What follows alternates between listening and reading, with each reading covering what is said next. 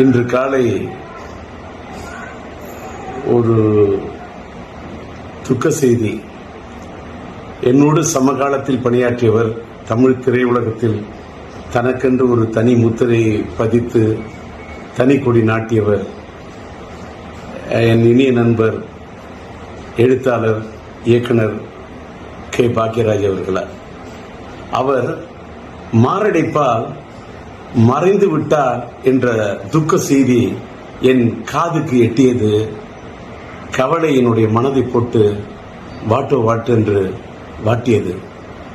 காரணம், சமீபத்தில் தான் அவருடைய 50 ஆண்டு காலம் அவர் திரையுலகத்தில் பணியாற்றியவர் ஒரு பொன்விழாவை காண்கிறார் என்று அவருக்கு ஒரு விழா எடுத்தார்கள். அந்த விழாவிலே அவரை பாராட்டுவதற்கு எண்ணற்ற பேர் வந்திருந்தார்கள். நம்முடைய சூப்பர் ஸ்டார் ரஜினிகாந்த் ஐயா அவர்கள் வந்திருந்தார்.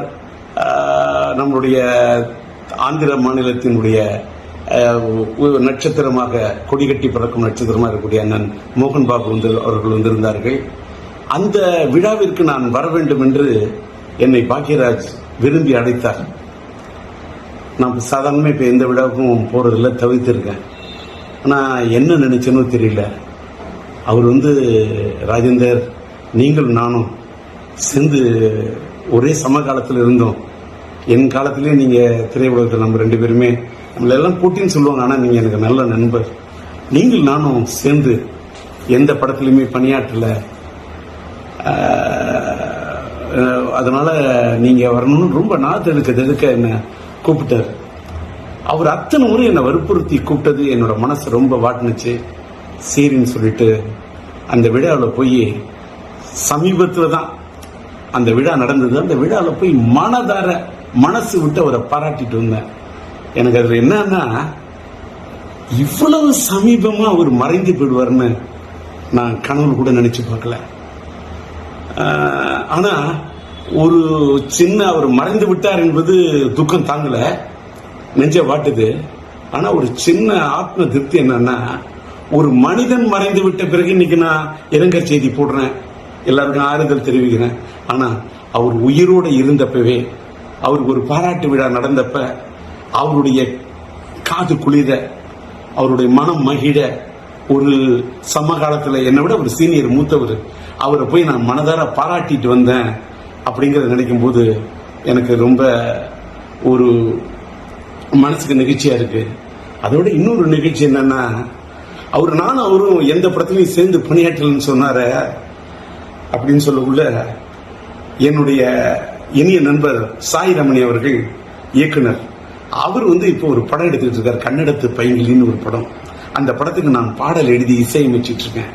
அந்த படத்துல ஒரு கதாநாயகனுடைய தந்தையார் கதாபாத்திரத்திலையும் தாயார் கதாபாத்திரத்திலையும் நம்முடைய கே. பாக்கியராஜ் அவர்களையும் பூர்ணிமா பாக்கியராஜ் அவர்களையும் நடிக்க வைக்க இருக்கிறேன் என்று அவர் சொல்லிவிட்டு, டி. ராஜேந்தர் பாடலாசிரியர் எழுதி இசையமைக்கக்கூடிய இந்த படத்தில் அவர்கள் இருவரையும் இணைப்பது என்பது எனக்கு ஒரு பெருமைக்குரிய விஷயம் என்று சாய் ரமணி சொன்னார். அந்த படத்தின் படப்பிடிப்பு நடந்து, அந்த படப்பிடிப்பு நிறைவடையக்கூடிய சூழ்நிலையில் இவர் இப்படி ஒரு முடிவுரை எழுதி விடுவார் என்று நான் நினைத்து பார்க்கவில்லை. எல்லாத்துக்கும் மேல இன்னைக்கு தென்னிந்திய திரைப்பட ரைட்டர்ஸ் அசோசியேஷன், எழுத்தாளர் சங்கத்துடைய தேர்தலுக்காக இன்று காலையில் அவர் மனு தாக்கல் செய்வதற்காக கே. பாக்கியராஜ் அவர்கள் தன்னை தயார்படுத்திக் கொண்டிருந்திருக்கார். ஆனால் விதி எப்படி விளையாடி இருக்கிறது பாருங்கள். யமலோகத்தில் யார் இவரை கதை திரைக்கதை எழுத, வசனம் எழுத அழைத்தார்கள் என்று தெரியவில்லை. அங்கே சென்று போய் இவர் மனு தாக்கல் செய்து விட்டார். இங்கே எழுத்தாளர் சங்கத்தில் நிற்பதற்கு மனு தாக்கல் செய்வார் என்று நினைத்தால் அங்கே போய் மனு தாக்கல் செய்து விட்டார் என்பதை எண்ணிய போது மனது தாங்கவில்லை. எல்லாத்துக்கும் மேல 16 வயதிலே படம், மறைந்துவிட்ட இயக்குனர் இமயம் பாரதி ராஜா அவர்களுடைய முத்திரை படைத்த படைப்பு. அந்த படைப்புலே அவரோடு தூணோடு தூணாக நின்று, தோளோடு தோளாக நின்று, அவரோடு ஒத்துழைத்து, அவரிடத்தில் ஒருங்கிணைந்து பணியாற்றிய ஒரு அற்புதமான ஒரு துணை இயக்குனராக, இணை இயக்குனராக இருந்த பாக்கியராஜ் அவர்கள், அவருக்கு இணையாக அத்தனை படங்களில் பணியாற்றியவர். கிடைக்க போகிற ரயில் என்றும் புதிய வார்ப்புகள் என்றும் சிறப்பு ரோஜாக்கள் என்றும் அத்தனை படங்களில் அவரோடு உடனிருந்து பணியாற்றியவர்.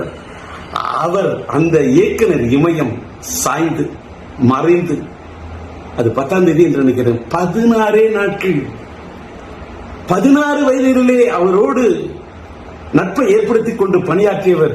அவர் பிரிந்து விட்டார், அவரோடு பணியாற்றினேன். அவர் பிரிந்து 16வது நாளிலேயே நானும் பிரிந்து விடுவேன் என்று இன்னைக்கு 27 இந்த மண்ணை விட்டு பாக்கியராஜ் போறாருன்னா 16 வயதிலே அந்த படத்துல அதுல இருக்கக்கூடிய எண் 16.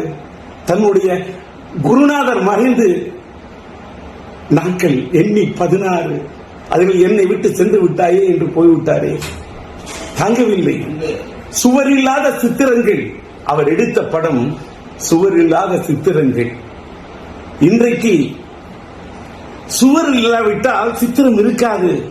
நீ இல்லாவிட்டால் தமிழ் உலகத்தில் எங்கே சித்திரங்கள் இருக்கும்? நீ எடுத்த படம் ஒருகை ஓசை, ஏன் இவ்வளவு திடீரென்று நினைத்து விட்டாய்? நின்று விட்டது உன் குரல் ஓசை. நீ எடுத்த படம் மௌன கீதங்கள், எங்களை பாட வைத்து விட்டு சென்று விட்டாயே, ஏன் சோக கீதங்கள்?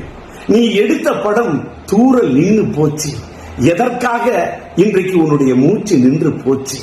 நீ எடுத்த படம் முந்தானை முடிச்சு, ஏன் நிறுத்தி கொண்டாய் நீ விடுகின்ற மூச்சு? எங்கே நின்றது உன் பேச்சு? தாங்கவில்லையே, துக்கம் தாழவில்லையே, எங்கே போய் சொல்வது? அதனால் நீ மறைந்து விட்டாய் என்ற செய்தி கேட்டவுடன் அது ஈட்டி போல் அது என் இதயத்தை தாக்கியது.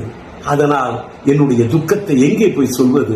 உம்மை இழந்து வாழக்கூடிய உன்னுடைய இல்லத்தாருக்கும் இந்த திரையுலகத்தை சார்ந்தவர்களுக்கும் என்னுடைய ஆறுதலையும் ஆழ்ந்த இரங்கலையும் தெரிவித்துக் கொள்கின்றேன். கலை உலகத்து ரசிக பெருமக்களுக்கு, தென்னிந்திய திரையுலகத்துக்கே, என் இந்திய திரையுலகத்துக்கே நீ பெரிய திரைக்கதை ஆசிரியர். உன் இழப்பு ஈடு செய்ய முடியாத இழப்பாகும். உம்மை இழந்து வாழக்கூடிய ரசிக பெருமக்களுக்கும் என்னுடைய ஆறுதலையும் ஆழ்ந்த இரங்கலையும் தெரிவித்துக் கொள்ளுகின்றேன்.